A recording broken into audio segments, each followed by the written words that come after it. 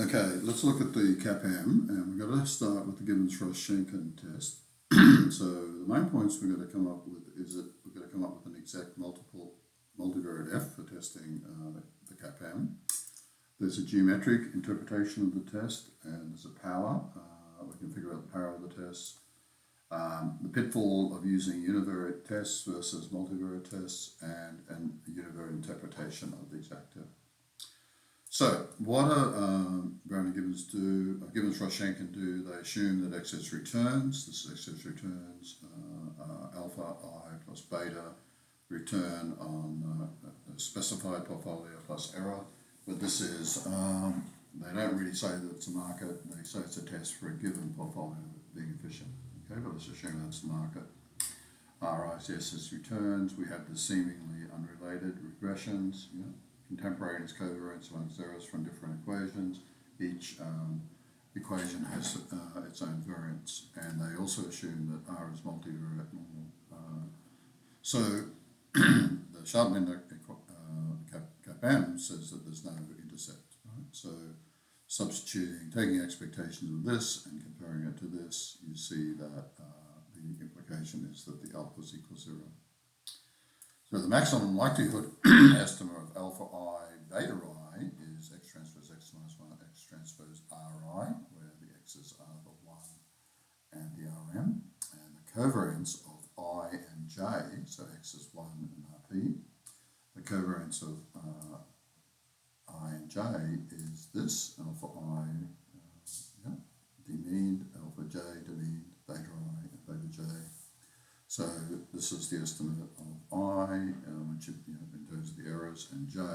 So you get covariance of ij times x transpose x to the minus 1, because these cancel out. This is sigma squared sigma ij times an identity matrix. So in general, the variance of alpha will be the sigma matrix, which is it's a n by n matrix of all of the equations, times the 1, 1 element of x transpose x to the minus 1. So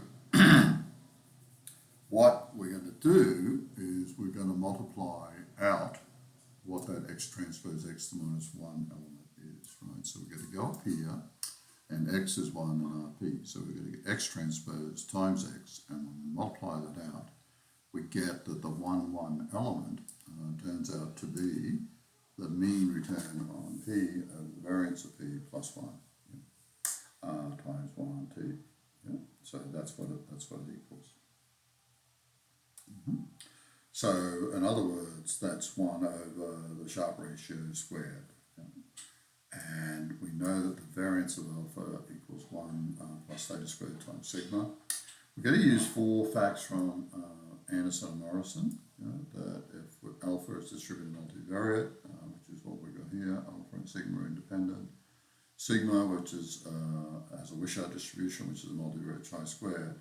And given that, then you have an exact F, right? Well, it's not an exact F, it's got a non-centrality parameter, but given in our case the alpha under the null is 0, that's going to be an exact F.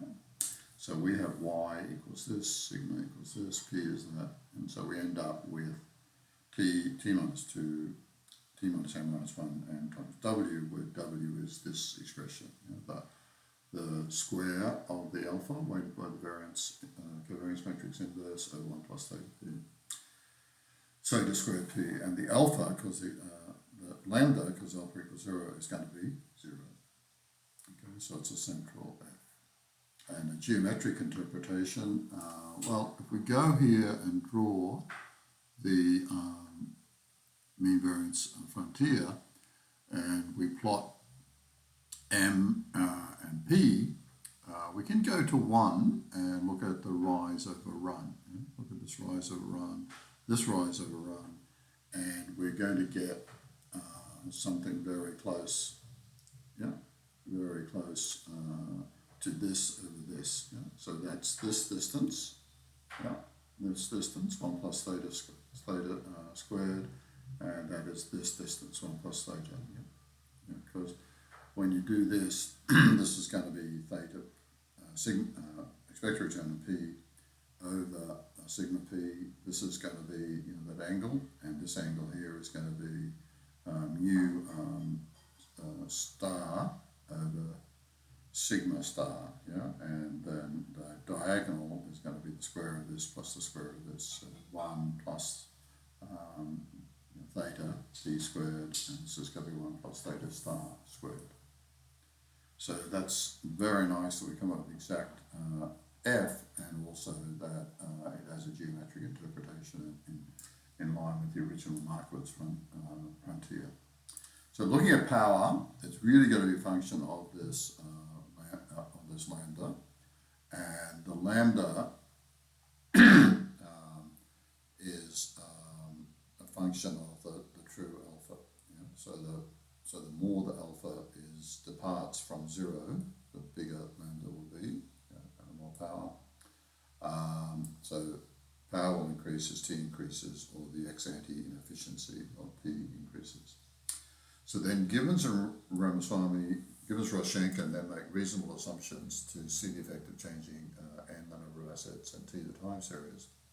They assume that sigma has constant diagonal, yeah, so the same variance, non-zero off-diagonal elements, yeah, but they're treated as off-diagonal as a constant too. They conclude, given this interior optimum, there's an interior optimum of 1/3 to 1/2 of t. Now, they use like 1,000 observations, so that should be like 300 to 500 asset portfolios, right, or assets, but they only use the 10 size portfolios or the 12 industry, right, which is a strange thing to do. Looking at the pitfalls of using univariate versus multivariate, we see with the industry portfolios, all 12 failed to reject, but yet the multivariate F rejected, right? So that's the more accurate, and it shows the univariate tests aren't reliable. With the size portfolios, 5 of the 10 individual T's reject, but the multivariate does not, and that's because, you know, the pattern of residuals means you might reject for the low size decile because they're negatively correlated, but of course, because they're negatively correlated, you wouldn't reject for the upper, the larger ones. And so a univariate interpretation is if you regress R star on RP, yeah, then the T-stats on A gives you the same thing, T times W, yeah, which follows A times T squared. So not quite done.